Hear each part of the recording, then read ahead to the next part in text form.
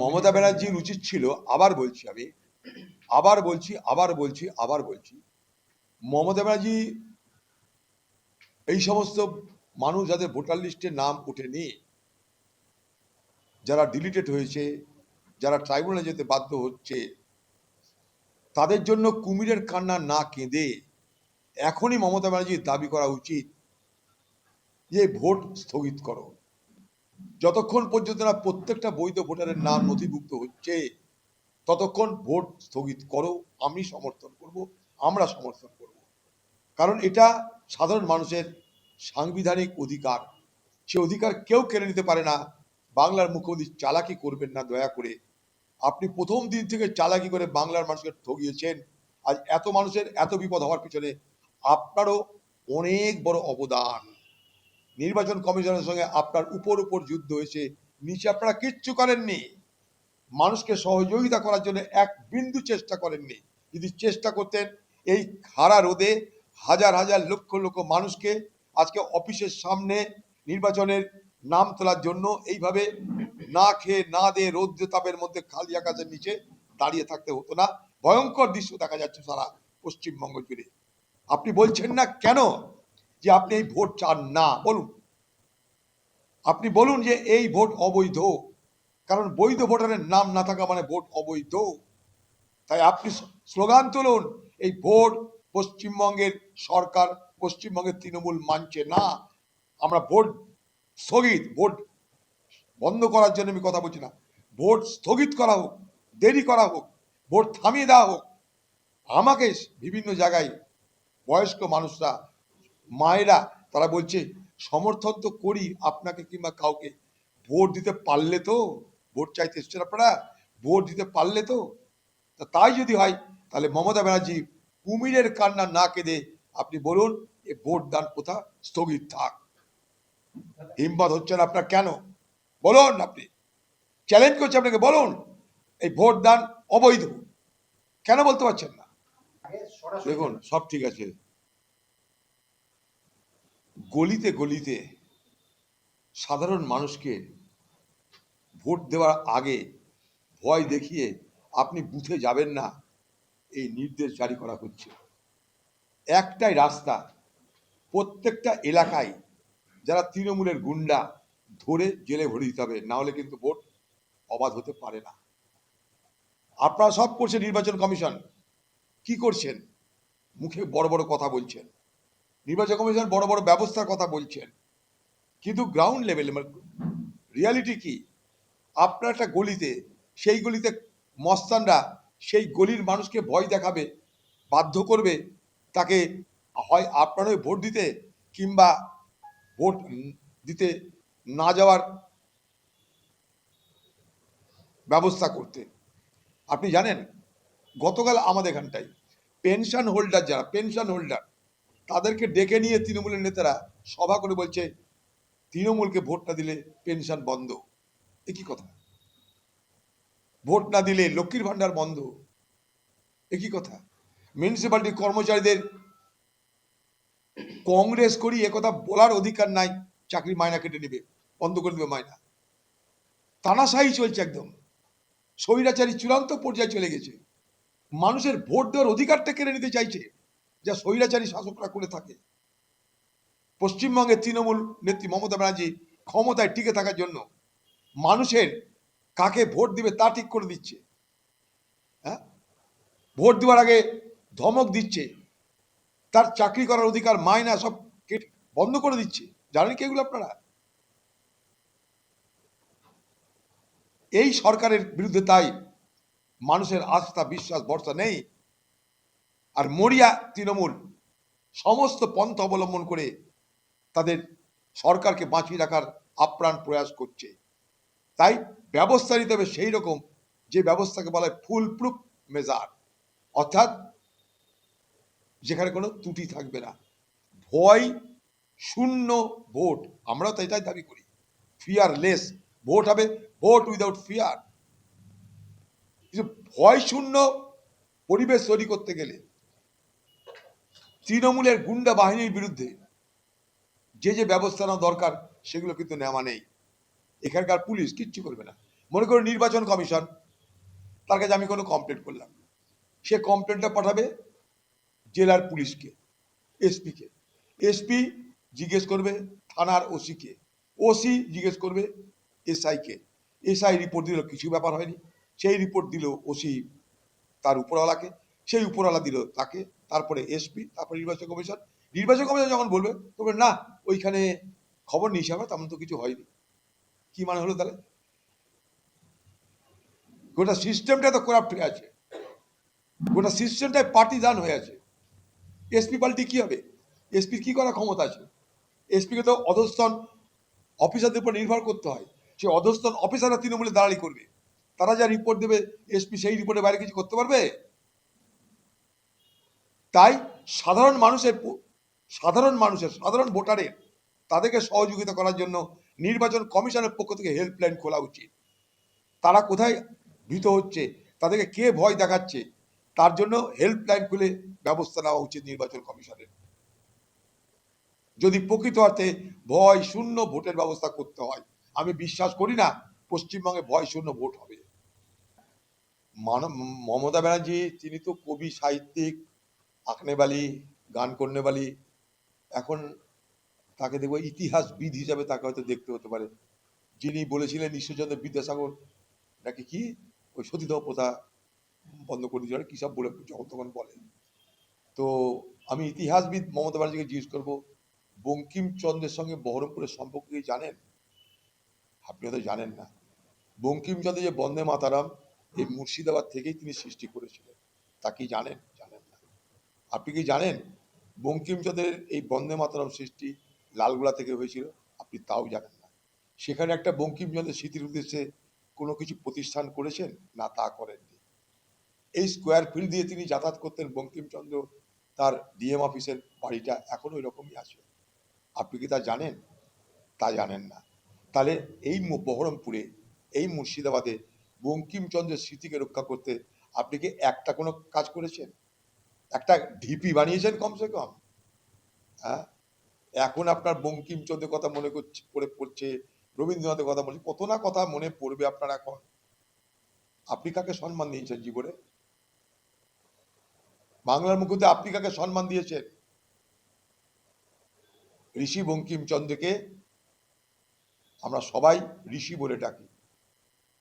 তার বন্দে মাতারামকে আমরা জাতীয় স্লোগান হিসেবে ব্যবহার করি, আর সেই স্লোগান আউড়িয়ে আপনি বাংলায় সন্ত্রাস করেন। কাকে কি সম্মান দিয়েছেন আপনি জীবনে? डेढ़े भाई आप क्यों रो रही है? आपको इतना रोना धोना अच्छा नहीं लगते? आप भी रो रहे हैं, ममता बनर्जी भी रो रही है। जब बंगाल में पंचायत चुनाव होते हैं, नगर पालिका चुनाव होते हैं, तब आप लोग क्या करते थे? नामांकन तक भरने नहीं देते आप लोग, बताइए तो। बंगाल में पंचायत चुनाव में, नगर पालिका चुनाव में जब सूबे की चुनाव आयोग ने ये सारे चुनाव कराते हैं तो नामांकन भी नहीं भरने दिए जाते हैं। तो किसके खिलाफ आप क्या करोगे? ये राहत आपने दिखाई है। और अगर चुनाव आयोग आपको सम्मान नहीं देते तो जाके आंदोलन कीजिए ना, विरोध कीजिए, आपके दीदी को वकील बना के सुप्रीम कोर्ट भेजिए ना, हम लोग आपके साथ आए। चुनाव आयोग के खिलाफ अगर कोई आंदोलन होगी तो हम सब आपके साथ आए, लेकिन रोना धोना मत करो, और वो भी घरियाली आंसू निकालना बंद करो, ये शोभा नहीं देते। তৃণমূলকে তাড়িয়ে দিয়েছে, অন্তত অন্তত তাড়িয়ে দেওয়ার যন্ত্রণাটা তো বুঝুক কমসে কম এরা। কারণ সারা বাংলায় এই তৃণমূলকে ক্ষমতায় নিয়ে এসেছিল কংগ্রেস, আর সেই কংগ্রেসকে বিক্ষত করে খতম করে দিয়ে তৃণমূল পার্টি এই বাংলায় সরকারে টিকে রয়েছে। তাদের প্রশাসন, তাদের পক্ষ থেকে কোনোদিন সামান্য সম্মানটুকুও বিরোধীদেরকে দেওয়া হয় না। এখানকার পুলিশ, এখানকার প্রশাসন বিরোধীদের সঙ্গে কি ব্যবহার করে তা তারা খুব ভালো করেই জানে। তাই যে পাবলিক ভোটে দাঁড়ায়নি কোনোদিন, রাজ্যসভায় ঘুরে ঘুরে বেড়ায়, সে এইগুলো বুঝবে না, যন্ত্রণাগুলো। তাই কখনো তোমার দিন, কখনো আমার দিন, কখনো ঘুটে পড়ে গোবর হাসে। এটাই আমাদের সংস্কৃতি হলে সকলকে ভুগতে হবে। এটাই বাংলা সংস্কৃতি হয়েছে। না, ওখানে কংগ্রেস জিতবে, ওখানে আমাদের প্রার্থী সে জিতবে। আর আমরা তো কাউকে বলতে জানি ভাই তুমি উইথড্র করো কি সাপোর্ট করো। কেউ যদি তারা মনে করে তাদের স্ট্র্যাটেজি এটা, যেরকম মমতা বিভিন্ন জায়গায় বহরমপুর আমাকে হারানোর জন্য স্ট্র্যাটেজি করেছে যে অন্তত অধীর চৌধুরী হারুক, তাতে যে জিতে জিতুক, সেই রকম ভাবে ওখানেও হুমায়ুন তাই স্ট্র্যাটেজি করেছে তৃণমূল হারুক, যে জিতে জিতুক। আর আমরা আমাদের দমে লড়ছি, ঠিক একইভাবে বহরমপুরেও আমরা আমাদের দমে লড়ছি, মানুষের কাছে আমাদের পরিচয় দিয়ে লড়ছি। আমরা কারোর কাছে কোনো রকম দয়া ভিক্ষা করিনি, সহযোগিতাও চাইনি। তাই যে কি ওটা পার্টিটার নাম, জনহিত পার্টি, আমজনতা পার্টি, তারা কি করেছিল তাদের ব্যাপার, তা নিয়ে আমাদের মাথা ব্যথা নাই। কিন্তু ওখানে কংগ্রেস জিতবে। আরে বলে ঠাপে পড়ে বিড়াল গাছে ওঠে, অধীর চৌধুরী হুঁকে পড়ে দিদি গাছে উঠছে। দাবি করুন বৈধভাবে, কবে আদালতে যাবেন? আর ভোট হওয়ার পরে এখনই যান, আপনি যান, আপনার উকিলের ড্রেস আমি কিনে দিব। আপনি উকিল হয়ে যান, আপনার উকিল হয়ে যাবার ড্রেস আমি কিনে দিব। এটা মানুষের অধিকারের পোস্টে কথা বলছি আমি। কবে যাবেন আদালতে? আর বন্ধ করে দিন, এই ভোটের কোনো মানে হয় না। হ্যাঁ বলছি তো, এটা তো টার্গেটেড হয়েছিল না, মুসলিম সম্প্রদায়ের মানুষ, তাদেরকে বাংলাদেশি রোহিঙ্গা বলে চিহ্নিত করা হয়েছিল।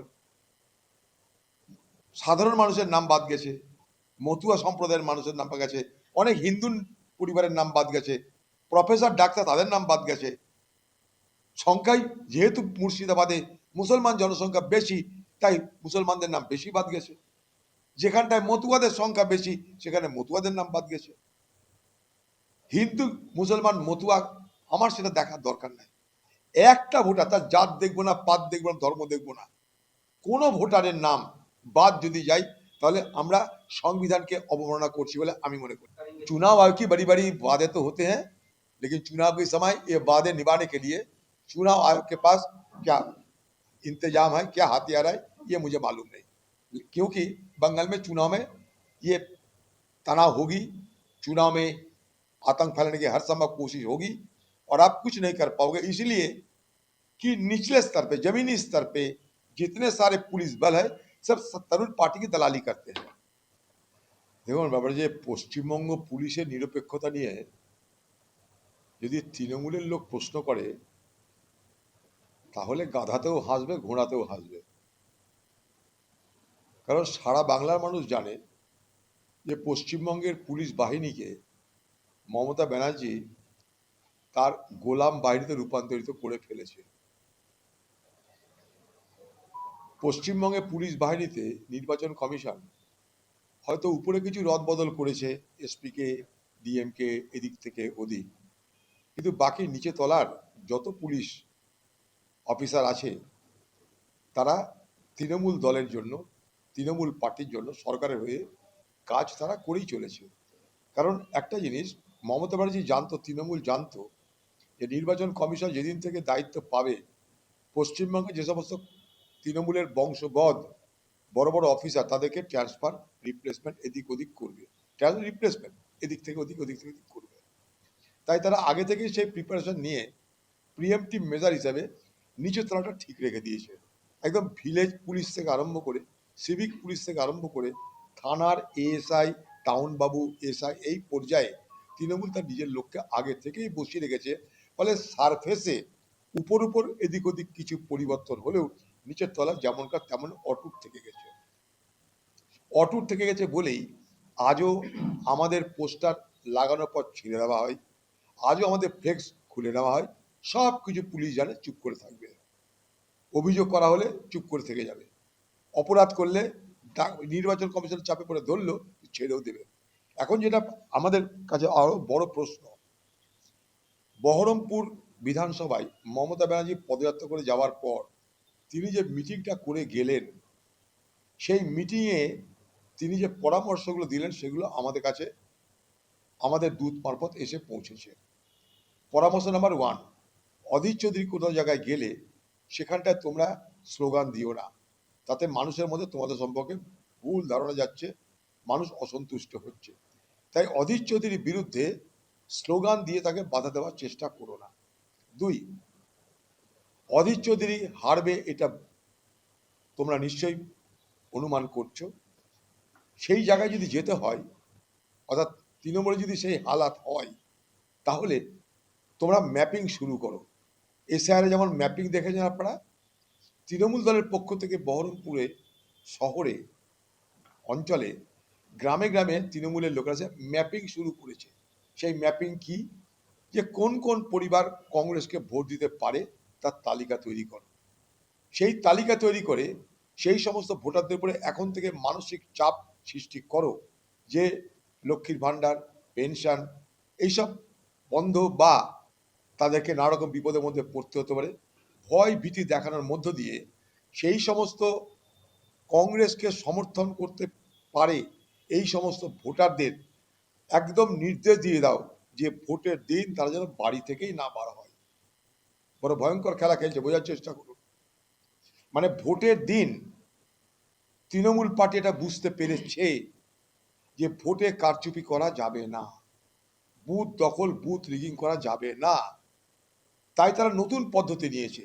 নির্বাচন কমিশন এক একটা ব্যবস্থা নিচ্ছে, তৃণমূল তার উপরে আরেকটা ব্যবস্থা নিচ্ছে। মানে ডালে ডালে যখন তৃণমূল এই নির্বাচন কমিশন যাওয়ার চেষ্টা করছে, তারা তখন পাতায় পাতায় যাওয়ার চেষ্টা করছে। কারণ চোর যারা হবে তাদের নানা রকমের ফন্দি ফিকির আছে। চোর পরিবর্তন করে, গৃহস্থের বাড়িতে যদি বেশি নিরাপত্তা দেওয়া হয়, চোর তার স্টাইল চেঞ্জ করে দেয়, তার প্রক্রিয়া পাল্টে দেয়। এখন তৃণমূল কি করছে, ম্যাপিং শুরু করেছে শহরের ওয়ার্ড ধরে ধরে, যে কোন কোন ওয়ার্ডের কোন কোন পরিবার তারা ভোট কংগ্রেসকে দিতে পারে। এখন শহরের মানুষরা কি, শহরের পরিবারগুলোর কেউ কোনো ছেলে থাকে বাইরে, কেউ এখানে থাকে, কেউ এখানে নেই, সাধারণত বয়স্ক বাবা মা, গুটি কয়েক পরিবারের সদস্য তারা থাকে। তারা সেরকম এককভাবে মোকাবেলা করতে পারে না। সেই হিম্মত হয়তো তাদের ভেঙে দেওয়ার যেতে পারে। এই মানসিকতা থেকে, এই হিসাব থেকে দিদির নির্দেশে তৃণমূল দলের নেতারা কর্মীরা ম্যাপিং শুরু করে দিয়েছে কোন কোন বাড়ির লোক কংগ্রেসকে ভোট দিতে পারে। তাই এখন থেকে প্রচার শুরু হয়েছে, আপনারা ভোট দিতে যাবেন না, ভোটের দিন বাড়িতে থাকবেন, ভোট দিতে যাওয়ার দরকার নেই, আপনার বাড়িতে আমাদের তরফ থেকে মিষ্টির প্যাকেট পাঠিয়ে দেওয়া হবে। এবার ভয়ঙ্কর খেলা শুরু হয়েছে। অধীর চৌধুরীকে হারাতে মমতা ব্যানার্জির নতুন স্টাইল।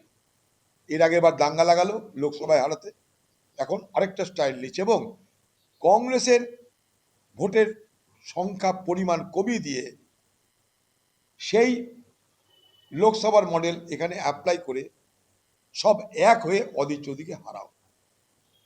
গতবারও আমাকে হারানোর জন্য যে প্রচারটা শুরু হয়েছিল, সেই প্রচারে হিন্দু মানুষকে, হিন্দু সমাজকে বিভ্রান্ত করা হয়েছিল।